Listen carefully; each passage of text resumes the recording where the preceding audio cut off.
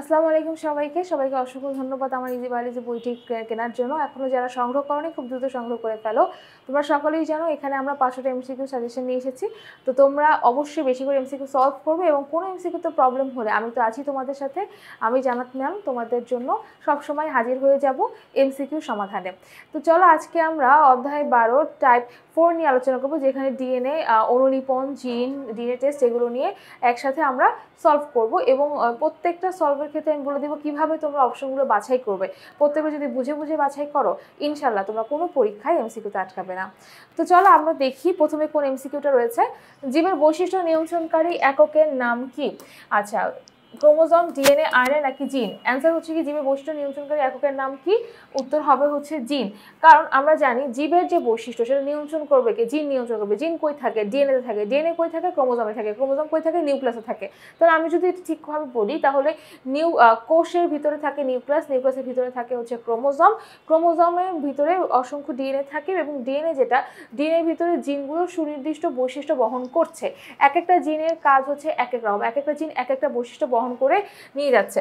আচ্ছা, তারপরে প্রশ্ন দেখো, একই প্রজাতির জীবে সব সময় একই থাকে কোনটা? ডিএনএ, আরএনএ, জিন নাকি ক্রোমোজোম? অ্যান্সার হবে হচ্ছে জিন। একই প্রজাতির জীবে, যেমন মানুষ একটা প্রজাতি, এই জীবগুলোতে কোনটা একই থাকবে? জিন একই থাকবে। ঠিক আছে। আচ্ছা, তারপরে প্রশ্ন দেখো, জীবের বংশগতির বৈশিষ্ট্য সঞ্চালিত হয় কোনটার মাধ্যমে? খাদ্য, রক্ত, জিন, শ্বাস প্রশ্বাস? অবশ্যই এটার অ্যান্সার চোখ বন্ধ করে আমরা জিন দিব। ঠিক আছে, জিনের মাধ্যমে বংশগতির বৈশিষ্ট্য সঞ্চালিত হয়। তাহলে জিনের মাধ্যমে হচ্ছে বংশগতির বৈশিষ্ট্যগুলো সঞ্চালিত হচ্ছে। এরপরে প্রশ্ন দেখো, ক্রোমোজোমের যে স্থানে জিন অবস্থান করে তাকে কি বলে? লোকাস বলে, কাইজমা বলে, ক্রসিং ওভার বলে নাকি স্পাইক বলে? অবশ্যই এটার অ্যান্সার হবে লোকাস। ক্রোমোজোমের যে স্থানে জিন অবস্থান করে তাকে কি বলা হয়? তাকে লোকাস বলা হয়। ঠিক আছে, ওই মানে ক্রোমোজোমের ভিতরে সব জায়গায় জিনটা থাকবে না, ক্রোমোজোমের একটা নির্দিষ্ট জায়গায় জিনটা অবস্থান করে, ওই নির্দিষ্ট জায়গাটাকে বলা হয় লোকাস। এরপরের প্রশ্নটা দেখো কি বলেছে, জীবের বৈশিষ্ট্য নির্ধারণে নিচের কোন ক্রমটি সঠিক? আরএনএ, ডিএনএ, প্রোটিন বৈশিষ্ট্য, মানে আরএনএ থেকে ডিএনএ তৈরি হয়, ডিএনএ থেকে প্রোটিন তৈরি হচ্ছে, প্রোটিন থেকে জীবের বৈশিষ্ট্যগুলো আসছে। তারপরেটা হচ্ছে কি বৈশিষ্ট্য আরএনএ, ডিএনএ, প্রোটিন নাকি প্রোটিন, ডিএনএ, আরএনএ বৈশিষ্ট্য? তারপরে দেখো ডিএনএ, আরএনএ, প্রোটিন নাকি বৈশিষ্ট্য হবে। আচ্ছা, এটা যদি আমি একটু চিন্তা করে বলি, প্রথমে ডিএনএ থেকে কি তৈরি হয়? আরএনএ তৈরি হয়। আরএনএ থেকে কি তৈরি হবে? প্রোটিন তৈরি হবে। প্রোটিন থেকে কি তৈরি হবে? জীবের বৈশিষ্ট্যগুলো তৈরি হবে। ঠিক আছে, বা জীবের বৈশিষ্ট্যগুলো জানা যাবে। তারপরে প্রশ্ন দেখো 77 নাম্বার, গ্রেগর জোহান মেন্ডেল কত সালে জেনেটিকের সূত্রসমূহ আবিষ্কার করেন? 3 স্টার একটা প্রশ্ন।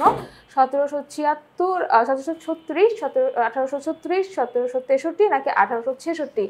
অ্যান্সার হচ্ছে 1866। ঠিক আছে। তারপরে প্রশ্ন দেখো, মেন্ডেলের তত্ত্বের প্রয়োগ হয়েছে কোনটিতে? জমির আগাছা নিরসনে, উন্নত জাতের শস্য উৎপাদনে, পোকামাকড় নিয়ন্ত্রণে নাকি মলিকুলার ফার্মিংয়ে? অ্যান্সার হচ্ছে উন্নত জাতের শস্য উৎপাদনে। তারপরে প্রশ্ন দেখো, ওয়াটসন এবং ক্রিক কত সালে ডিএনএ অনুলিপন প্রক্রিয়া প্রস্তাব করেন? 1956, 1969, 1853, 1863? অ্যান্সার হবে 1956 সালে। তাহলে ডিএনএ কত সালে আবিষ্কার করেন এবং ডিএনএ অনুলিপন প্রক্রিয়া কত সালে প্রস্তাব করেন? দুটোরই সাল হচ্ছে কি আমাদের মনে রাখতে হবে। ডিএনএ প্রতিলিপন কিভাবে হয়? রক্ষণশীল প্রক্রিয়ায়, অর্ধ রক্ষণশীল প্রক্রিয়ায়, আংশিক রক্ষণশীল প্রক্রিয়া? খ এবং গ। অ্যান্সার হচ্ছে গিয়ে অর্ধ রক্ষণশীল প্রক্রিয়ায় ডিএনএ প্রতিলিপন হয়। কখনোই পুরোপুরি রক্ষণশীল প্রক্রিয়া হবে না, অর্ধ রক্ষণশীল প্রক্রিয়া হবে। অর্থাৎ ডিএনএর যে দুটো সূত্র আছে এর মধ্যে একটা সূত্র হচ্ছে নতুন ডিএনএতে যাবে, আর একটা পুরান সূত্র মানে পুরান ডিএনএ থেকে আসা একটা সূত্র নতুন ডিএনএর সাথে জোড়া লেগে হচ্ছে তোমার একটা নতুন ডিএনএ তৈরি করে।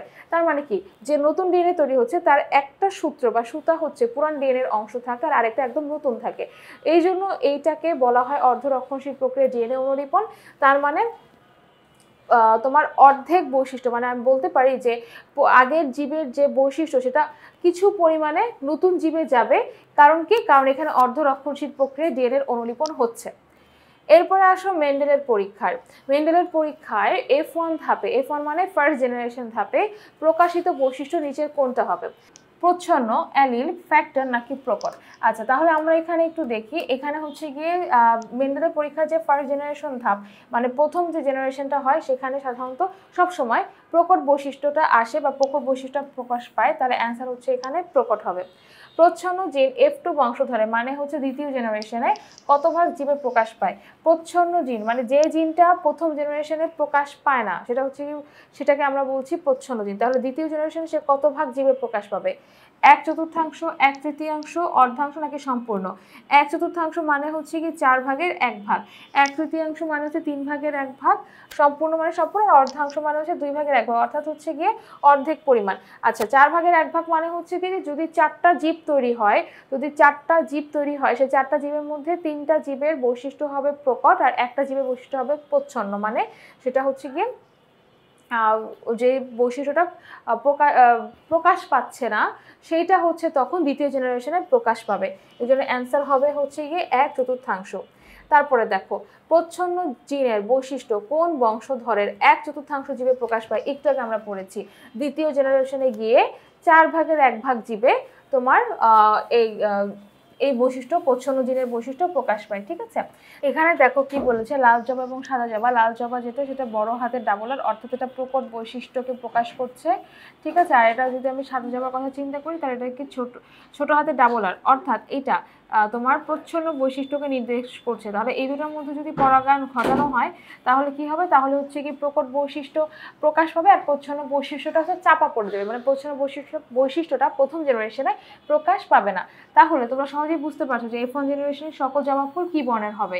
F1 জেনারেশনের ক্ষেত্রে সকল যে জবা ফুল আছে মানে তখন প্রকট বৈশিষ্ট্য লাভ করবে। প্রকট বৈশিষ্ট্য মানে এই লাল জবার কালারটা তারা পাবে, কিন্তু তাদের মধ্যে অবশ্যই সাদা জবার যে সাদা রংটা আছে সেটা হচ্ছে লুকিয়ে থাকবে। তাহলে F2 জেনারেশনে কি হবে, F2 জেনারেশনের সবার কালারটা কি হবে, সবার কালারটা হচ্ছে কি এখানে যদি চারটা উদ্ভিদ হয় তাহলে 4 ভাগের 1 ভাগ হবে প্রচ্ছন্ন বৈশিষ্ট্য সম্পন্ন, অর্থাৎ সাদা জবা হবে 1 ভাগ, আর তার সাথে লাল জবা যেটা প্রকট বৈশিষ্ট্য রয়েছে সেটা হচ্ছে 3 ভাগ হবে। ঠিক আছে, তখন প্রকট বৈশিষ্ট্য 3 ভাগ হয়ে যাবে, এবং এখানে আমাদের অপশন অনুযায়ী তাহলে আমাদের অ্যান্সার হবে 1 এবং 3। ঠিক আছে, আচ্ছা তারপরে খেয়াল করো তারপরে প্রশ্নটা কি, নিচের উদ্দীপকের আলোকে এই দুটো প্রশ্ন তো ঠিক সেম প্রশ্ন। দেখো মাতা হচ্ছে কি বিশুদ্ধ লাল ফুল আর হচ্ছে বিশুদ্ধ সাদা ফুল, এই দুটোর মধ্যে ক্রস করা হলো। এখানে আর বলতে লাল বৈশিষ্ট্য জিনকে নির্দেশ করছে, ছোট আর বলতে সাদা বৈশিষ্ট্য জিনকে নির্দেশ করছে, আর F1 হচ্ছে সকলেই লাল রঙের হবে, কারণ সকলেই হচ্ছে কি তোমার, কারণ প্রথম যে জেনারেশন সেখানে সব বৈশিষ্ট্যটা যেটা প্রকট বৈশিষ্ট্য লাভ করবে। ঠিক আছে, আচ্ছা তাহলে F1 এ সকলের জিন কোন ধরনের হবে, তাহলে আমি যদি এখানে বলি যে এইটাই যে ক্রসটা হচ্ছে, এখানে আমি একটু পাশে লিখে দিই যে বিশুদ্ধ লাল ফুল, এখানে আর দিয়ে লাল বৈশিষ্ট্যকে নির্দেশ করছে, তাহলে বড় হাতের আর হবে, আর বিশুদ্ধ সাদা ফুল এটা হচ্ছে ছোট হাতের আর হবে। ঠিক আছে, এই দুটাকে আমি হচ্ছে পরাগায়নের মাধ্যমে এটা আমি ক্রস করলাম, ক্রস করে কি হবে এখানে যে তোমার জেনারেশনটা পাওয়া যাবে সেখানে সবাই লাল হবে। তাহলে এখানে আমরা দাঁড়াচ্ছে এর সাথে যদি ক্রস করি তাহলে সবগুলোই বড় হাতের আর ছোট হাতের আর এই জিনোটাইপে তারা আসবে। এই জিনোটাইপের মধ্যে হচ্ছে গিয়ে বড় হাতের আর দিয়ে কি নির্দেশ করছে, বড় হাতের আর দিয়ে হচ্ছে লাল ফুলের জিনটাকে নির্দেশ করছে, আর ছোট হাতের আর দিয়ে সাদা ফুলের জিনটাকে নির্দেশ করছে, কিন্তু দুইটা যখন একসাথে হবে তখন কালারটা কি হয়ে যাবে, লাল হয়ে যাবে, মানে সকলেই হচ্ছে লাল কালার হবে। ঠিক আছে, আর F2 জেনারেশনে কি দাঁড়াচ্ছে, F2 জেনারেশনে কি হবে, F2 জেনারেশনের ক্ষেত্রে হচ্ছে গিয়ে এই বড় হাতের আর ছোট হাতের আর দুইটা হবে, আর 2 ভাগ হবে বড় হাতের আর, অর্থাৎ লাল ফুলের বৈশিষ্ট্য বহন করবে এরকম ফুল 1 ভাগ হবে লাল ফুলের বৈশিষ্ট্য যার মধ্যে সাদা ফুলের জিনটা লুকিয়ে থাকবে সেটা হবে 2 ভাগ, আর 1 ভাগ হচ্ছে প্রচ্ছন্ন বৈশিষ্ট্য সম্পন্ন হবে, অর্থাৎ সাদা ফুল 1 ভাগ হবে। তাহলে আমি এটা এখানে লিখছি। আচ্ছা তাহলে এখানে আমরা দেখি এখানে প্রশ্নটা কি বলেছে, F1 এর সকলের জিন কোন ধরনের, F1 এর সকলের জিন তাহলে আমরা কি পাচ্ছি, কোন ধরনের পাচ্ছি, বড় হাতের আর ছোট হাতের আর পাচ্ছি, তাহলে আমাদের অ্যান্সার হচ্ছে 2 হবে। এরপরে প্রশ্ন দেখো কি বলেছে, F2 বংশধরের জন্য সঠিক তথ্য, কি তথ্য, 3:1 অনুপাতে বৈশিষ্ট্য পাওয়া যায়, হ্যাঁ 3:1 অনুপাতে বৈশিষ্ট্য পাওয়া যাচ্ছে, 3টা লাল ফুল আর একটা সাদা ফুল, অবশ্যই এটা ঠিক আছে। প্রচ্ছন্ন বৈশিষ্ট্য প্রকাশ পায়, হ্যাঁ এই যে প্রচ্ছন্ন বৈশিষ্ট্য এখানে প্রকাশ পাচ্ছে, মানে সাদা রঙের ফুল দেখা যাবে। প্রকট বৈশিষ্ট্য প্রকাশ পায়, হ্যাঁ এই যে এখানে আমরা যে 3টা দেখতে পাচ্ছি এই 3টা প্রকট বৈশিষ্ট্য কিন্তু প্রকাশ পাচ্ছে। ঠিক আছে, আচ্ছা এরপরের তাহলে আমাদের অ্যান্সার কি দাঁড়াচ্ছে, অ্যান্সার হচ্ছে 3টাই দাঁড়াচ্ছে। এরপরের প্রশ্নটা দেখো, রফিক বংশগতি বিষয়টি পরীক্ষার জন্য তার বাগানে একটা লম্বা এবং একটা খাটো সিম গাছের মধ্যে সংকরায়ন ঘটালো, অন্য কোনো কোনো পরাগরেণু যাতে না আসতে পারে তার জন্য যথাযথ ব্যবস্থা নিল। প্রথম বংশধরে শতকরা কত ভাগ লম্বা গাছ পাওয়া যাবে? তাহলে যদি খাটো সিম গাছের সাথে যখন একটা লম্বা সিম গাছের ক্রস করানো হয় তখন লম্বা সিম গাছ কত পাওয়া যাবে? যে মানে লম্বা সিম গাছ সবগুলোই হবে লম্বা সিম গাছ। তার মানে হচ্ছে গিয়ে এই সিম গাছের ক্ষেত্রে তোমার যেহেতু সবগুলোই হচ্ছে তার মানে 100% বা 100 ভাগ লম্বা গাছ পাওয়া যাবে। তার অ্যান্সার হচ্ছে গিয়ে প্রথমটা। তারপরে দেখো দ্বিতীয় বংশধরে উৎপন্ন 50% গাছ লম্বা, 25% গাছ খাটো, লম্বা ইস্টু খাটো হচ্ছে 3:1। এখন দ্বিতীয় বংশধরে কি হচ্ছে? তৃতীয় বংশধরে 3:1 হচ্ছে, মানে হচ্ছে 3 ভাগ লম্বা আর 1 ভাগ খাটো। 3 ভাগ লম্বা 1 ভাগ খাটো, তাহলে 3 ভাগের হিসাব যদি আমি বলি 100%-এর মধ্যে 3 ভাগ মানে কি? মানে হচ্ছে কি 75%, যেটা 75% হবে হচ্ছে লম্বা গাছ আর 75% সাথে যে 25% হবে হচ্ছে গিয়ে খাটো গাছ, ঠিক আছে? 25% কি হবে? খাটো হবে। তাহলে 75% লম্বা আর 25% হচ্ছে খাটো। আমি আবারও বলতেছি যে এইখানে দ্বিতীয় বংশধরে 3:1 অনুপাত মানে হচ্ছে 100 ভাগের মধ্যে 3 ভাগ হচ্ছে লম্বা গাছ হবে, 1 ভাগ হচ্ছে খাটো গাছ হবে। এখন যদি পার্সেন্টেজে হিসাব করি তাহলে কি দাঁড়াচ্ছে? তাহলেও দাঁড়াচ্ছে 3 ভাগ মানে হচ্ছে 100 ভাগের 3 ভাগ মানে কি 75%। 75% লম্বা হবে আর 100 ভাগের হচ্ছে কি 1 ভাগ মানে হচ্ছে 25% খাটো হবে। এখন তোমরা 75 আর 100 যোগ দাও, 75 আর 25 যোগ দাও, তাহলে দেখবা অ্যান্সার তোমার 100 আসে। তাহলে আমরা এখন মিলাই 75% লম্বা, এখানে কি 75% লম্বা লিখছে না? তাহলে আমাদের এটা কাটা। 25% গাছ খাটো, অবশ্যই লম্বা ইস্টু খাটো কি হচ্ছে? মিলে গেছে 3:1। হ্যাঁ, তাহলে আমাদের অ্যান্সার 2:3। তারপরে প্রশ্ন দেখো এখানে কি বলেছে। এখন দেখো এখানে যে ছবিটা আছে উদ্দীপকে N2 গ্যামেট প্রচ্ছন্ন বৈশিষ্ট্যধারী, তার মানে শুধুমাত্র এখানে N2টাকে বলা হচ্ছে প্রচ্ছন্ন বৈশিষ্ট্যধারী, প্রচ্ছন্ন। তার মানে অবশ্যই এইটা, তার মানে অবশ্যই হচ্ছে তোমার N1 এটা প্রকট হবে। ওকে, আচ্ছা তাহলে এখন আমরা দেখতে পাচ্ছি M থেকে দুইটা গ্যামেট তৈরি হচ্ছে M1 M2 আর N থেকে দুইটা গ্যামেট তৈরি হচ্ছে N1 N2। এখন এদের মধ্যে ক্রস করে PQR এর জেনারেশন পাওয়া যাচ্ছে। এখন আমরা একটু দেখি। আর F1 উদ্ভিদ মানে ফার্স্ট জেনারেশন থেকে এটা নেওয়া হয়েছে, ফার্স্ট জেনারেশনের মধ্যে ক্রস করা হয়েছে, ঠিক আছে? আচ্ছা এরপরে দেখো এই পশুটা M এবং N উভয়ই লম্বা। M এবং N, আচ্ছা ধরো M এবং N উভয়ই হচ্ছে লম্বা। আচ্ছা ঠিক আছে, উভয়ই হচ্ছে আমরা লম্বা ধরলাম। ওকে, তারপরে দেখো M1 এবং N2 প্রকট বৈশিষ্ট্যের, M1 এবং N2 হচ্ছে প্রকট বৈশিষ্ট্যের, কিন্তু আমাদেরকে প্রথমেই বলে দিয়েছে যে N2 হচ্ছে প্রচ্ছন্ন বৈশিষ্ট্য। তাহলে এখানে যদি আমাকে বলে যে N2 প্রকট বৈশিষ্ট্য, তাহলে কি এটা কি ঠিক বলেছে? না, এটা ঠিক বলে নাই। তার মানে আমরা কিন্তু উদ্দীপক থেকেই অ্যান্সারটা বের করতে পেরেছি।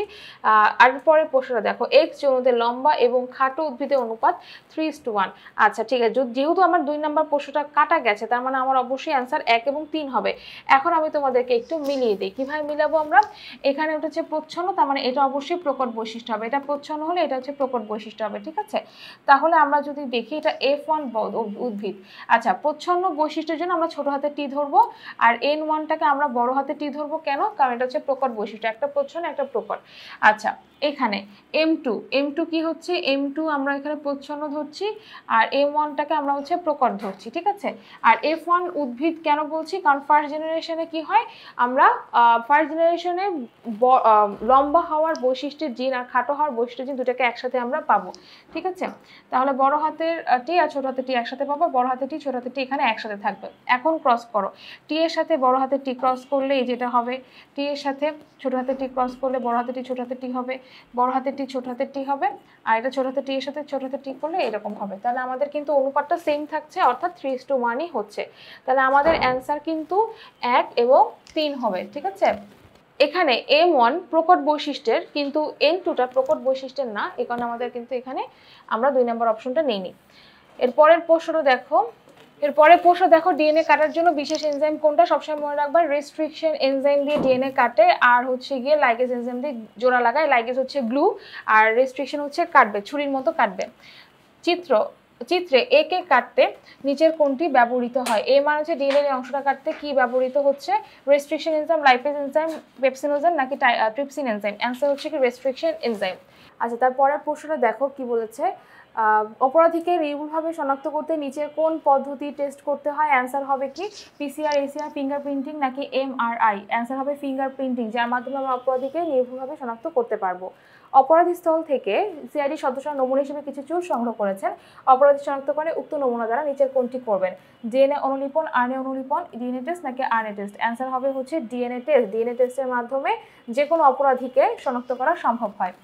95 নম্বর প্রশ্ন, রক্তের ডিএনএ পরীক্ষার মাধ্যমে নির্ণয় করা হয় সন্তানের পিতৃত্ব, অবশ্যই সন্তানের মাতৃত্ব, অপরাধী শনাক্তকরণ। এই তিনটা কাজের জন্য আমরা ডিএনএ টেস্ট করতে পারবো। ডিএনএ টেস্টের মাধ্যমে আমরা তিনটা কাজে, তাছাড়া হচ্ছে গিয়ে মৃত ব্যক্তির যদি শনাক্ত করার প্রয়োজন হয় সেক্ষেত্রেও কিন্তু ডিএনএ টেস্ট করা হয়। তাহলে চারটা ক্ষেত্রে মনে রাখবা, একটা হচ্ছে কি সন্তানের পিতৃত্ব মাতৃত্ব নির্ণয় করার জন্য, অপরাধীকে শনাক্ত করার জন্য, আর হচ্ছে মৃত ব্যক্তিকে শনাক্ত করার জন্য আমাদের ডিএনএ টেস্ট করার প্রয়োজন হয়। তাহলে আজকের ক্লাসের মাধ্যমে আশা করি তোমরা সকল এমসিকিউ সলভ করতে পেরেছো, খুব সুন্দর করে তোমাদেরকে সলভ করে দিয়েছি। আবার যদি তোমাদের মনে হয় যে না আমাদের আবারও হচ্ছে এমসিকিউ সলভ করার প্রয়োজন, কিউআর কোডটা স্ক্যান করবে, আমি হাজির হয়ে যাব এবং তোমরা এমসিকিউ সকল সমাধান পেয়ে যাবে। তাহলে আজকের ক্লাসটা আমি এখানে শেষ করছি। সবাই তাহলে ভালো থাকো, সুস্থ থাকো, আল্লাহ হাফেজ সবাইকে।